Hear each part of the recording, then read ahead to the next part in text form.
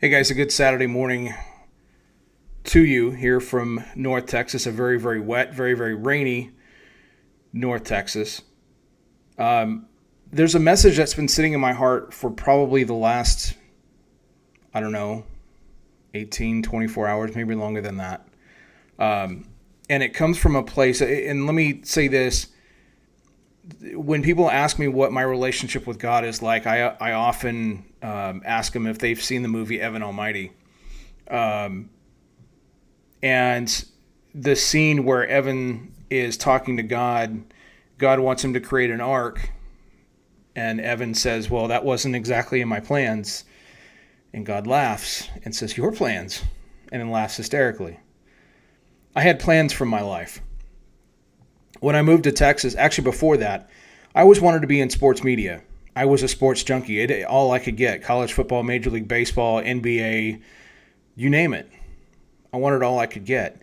And the one place, I remember growing up, when I was in Fresno, I would go to Fresno State baseball games. And I would look up at the press box. I would turn around from my seats. You know, the baseball diamond wasn't a big stadium, so oftentimes you can pay $10 and sit right behind home plate. And he was either that or on the third base side because that's where all the fun was had. And maybe I'll get to that at a later date. But I would always look up at the press box as a kid.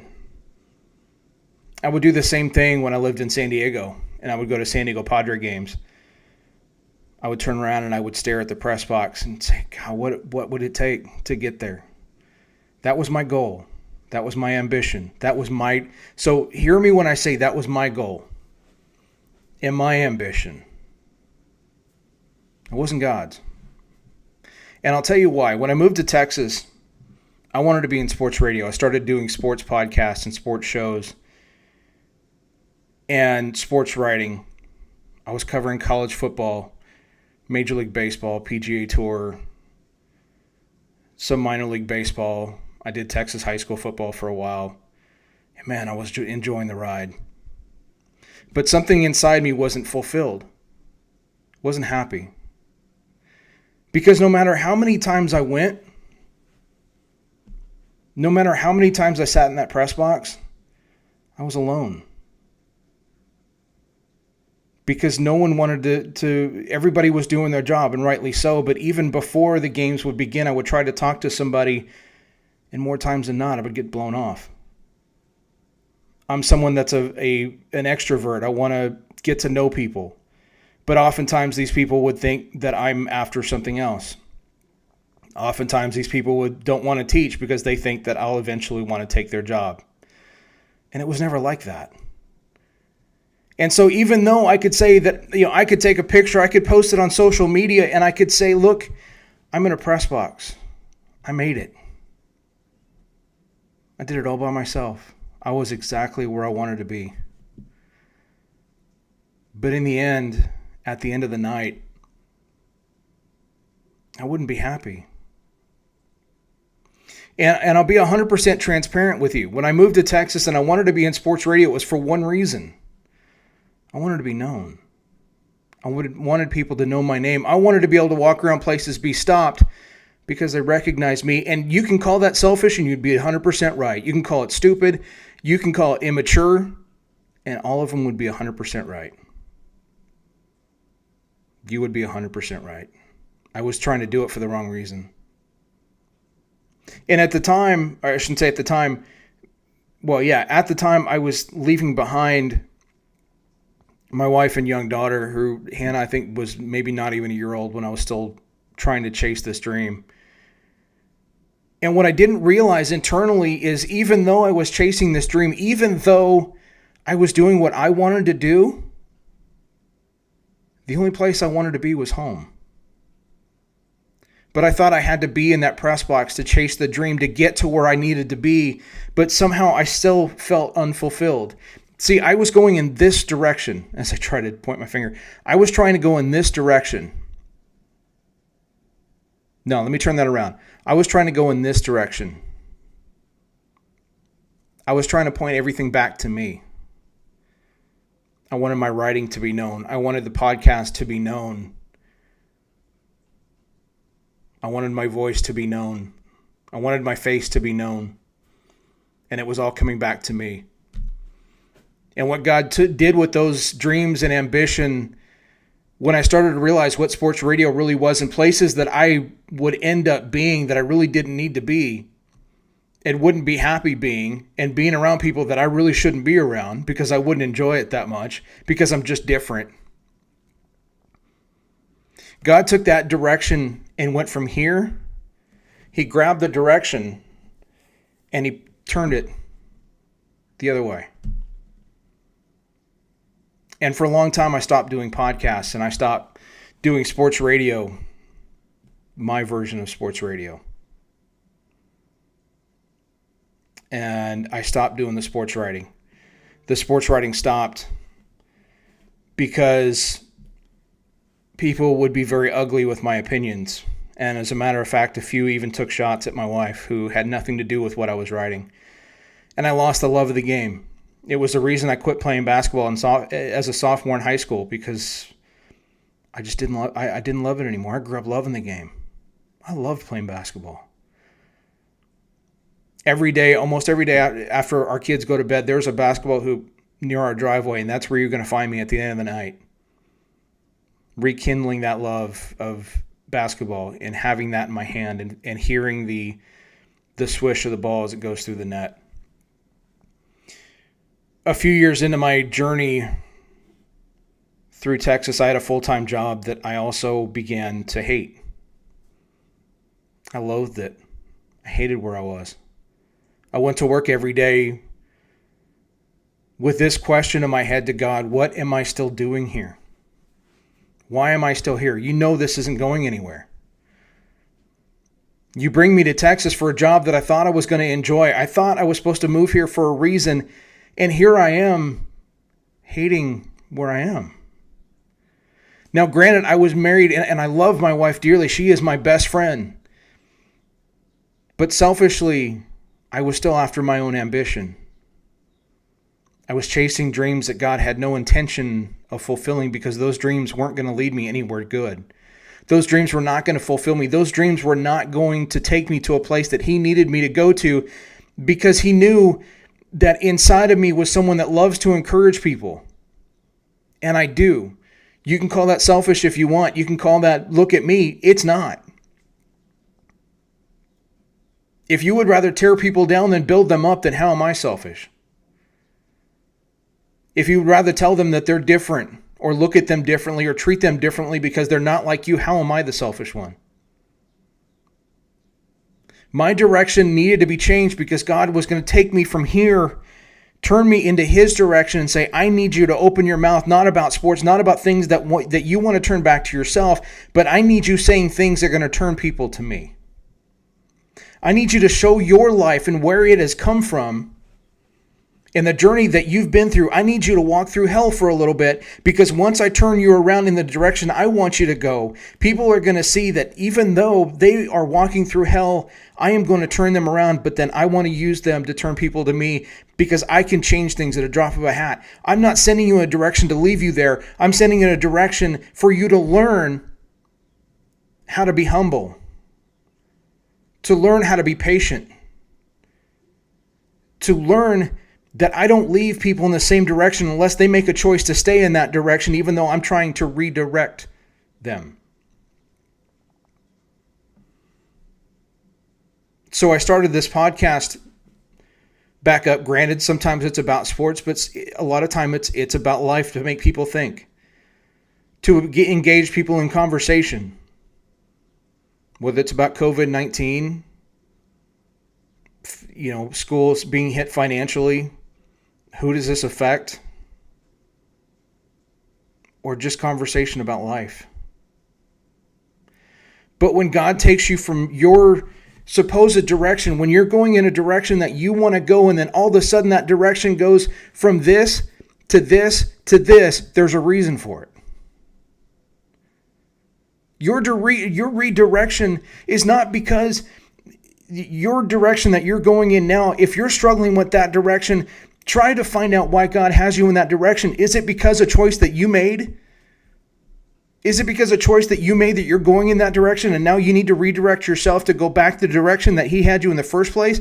Or does he have you in a direction because you need to learn how to be humble or patient or learn how to sustain yourself going in that direction before it turns and goes the way that God needs you to go? You are going to go in a direction that God is going to bless you with. It might be hard right now, and trust me, there are some struggles that we are going through. It's been a very tough 12 hours as I stand here right now. Very tough.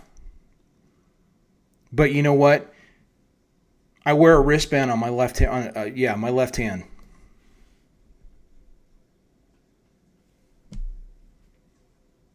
If I can't trust what's happening right now, if I can't trust that God has his hands on the controls of what's happening in my life right now, then why do I wear this? If I have to question him all the time, what are you doing? Why are you doing this? Are you sure this is the right way? Are you sure you know what you're doing? If I have to question him all the time, then why do I wear it? I wear it because I trust that he still has his hands on the controls. I wear it because I know that he has taken my life from a direction that I wanted to go because I wanted people to see me. Now I want to go in a direction because I want to change people's lives because I want them to see him. Guys, I don't know where your faith is. I would love to talk to you about it. I'm not going to force you into a conversation. I'm not going to shove the Bible down your throat. I'm going to talk to you like you're real. I'm going to sit down and have a conversation with you. I don't even need to bring the Bible up. What are you struggling with? What are you going through? Have you had a conversation with God in a while? Let me give you a perfect story. It's the story of Moses. Moses had it all. Moses had it all. He was in Egypt. He was royal. Brother to the Pharaoh. I shouldn't say brother, the eventual Pharaoh, but he was royal. He had it all.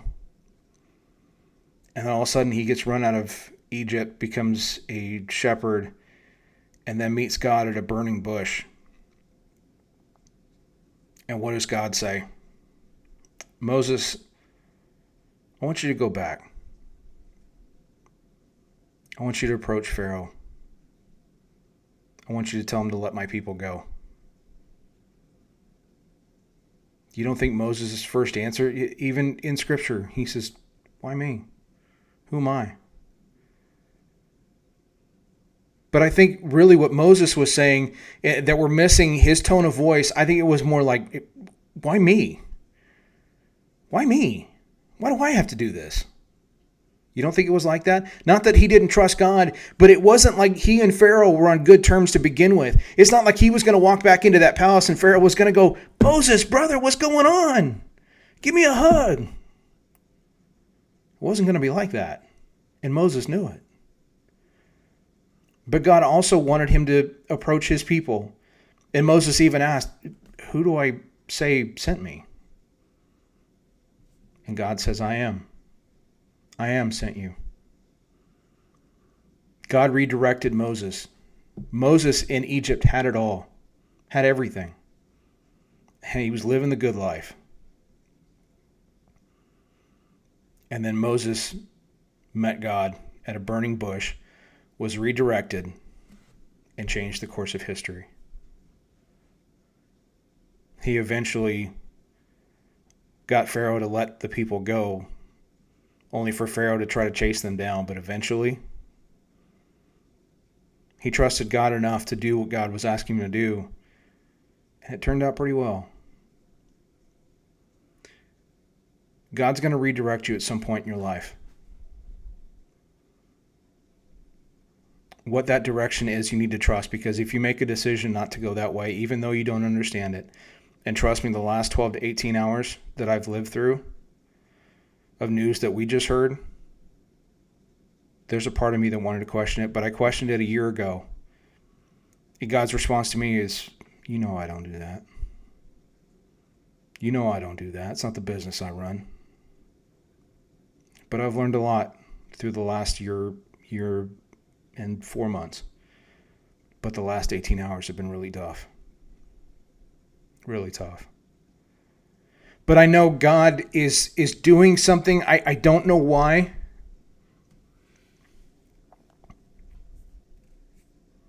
But I trust. I have 100% trust that he knows what he's doing. And wherever this goes, wherever this journey ends, do you know why I 100% trust him?